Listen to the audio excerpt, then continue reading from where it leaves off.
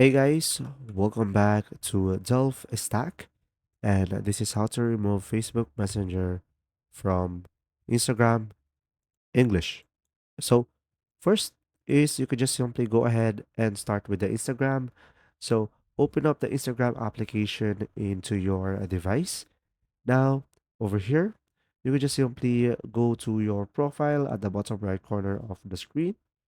Now, here, you can just simply go ahead and select the three dots or three lines at the top right corner.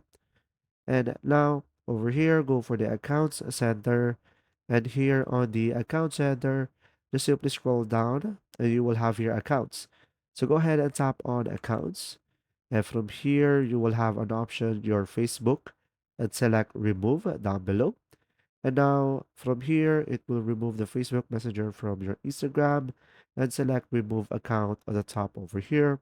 And now, as you can see, these are all the information on what will happen if I remove my account, which means I will lose access to these connected experiences. And you can just simply go ahead and select continue over here. And since I don't want to do that, I will not tap on that. But if you do, you can just simply provide all of the necessary information needed forward, and you should be able to disconnect your Instagram into Facebook Messenger to your Instagram.